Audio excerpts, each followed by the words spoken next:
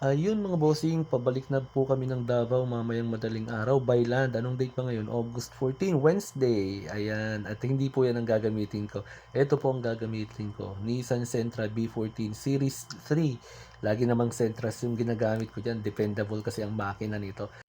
Etong mga 90s na Sentras talaga ay paborito ko dahil sa tibay ng engine nila. Ngayon ay may top load ako mga bossing. Nakuhanan ko na ng permit yan sa LTO at naparehistro ko na rin to para walang aberya. Lowered pa yan, no?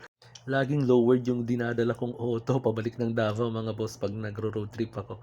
Ang pogi kasi tignan eh, no?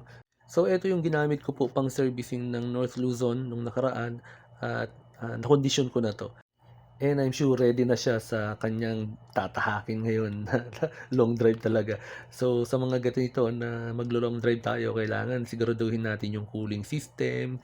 Siyempre, yan, yung mga rad fan, pati yung charging system, alternator, yung engine, yung oil natin, pati yung brake fluid, yung braking system, yan. And then yung battery, dapat maayos din yung battery natin, maayos mag-charge. And ang kagandahan ngayon, no, may mabibili na tayong pang-charge sa online, mura lang. Pati yung pang-inflate ng mga gulong, mahalaga na meron tayo niyan. Yun ang kagandahan ngayon mga bossing. Dati wala tayong mabibiling mga ganun eh, no?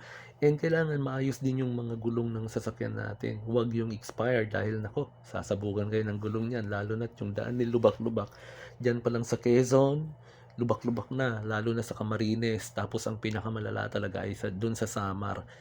At pagdating ko ng Davao nito, sigurado meron masisira na naman sa pangilalim, may papalitan na naman tayo. So, ayan, lagi rin akong may baon na oil, coolant, or distilled water, engine oil, ATF para sa power steering, tsaka para sa kanyang transmission, brake fluid. Yan yung mga mahahalaga. Dapat meron tayong laging dala niyan mga bossing. And syempre, pinakamahalaga, meron tayong pocket money. May pera tayo dahil nako, pag wala tayong dalang cash. Halos lahat ngayon ng transaction ay via online na pero mahalaga pa rin na may cash tayo na medyo malaki-laki sa ganito kalayo na biyahe mga bossing dahil marami tayong madadaanan na mga baryo-baryo, yung mga bayan, ganyan. Syempre, probinsya yung mga madadaanan natin. And syempre, kailangan natin ng cash para sa mga pang-emergency. So ayan, matetest na naman natin kung gaano katibay talaga itong mga 90s cars na to, kung talagang kaya pang makipagsabayan ng babaran ng takbo.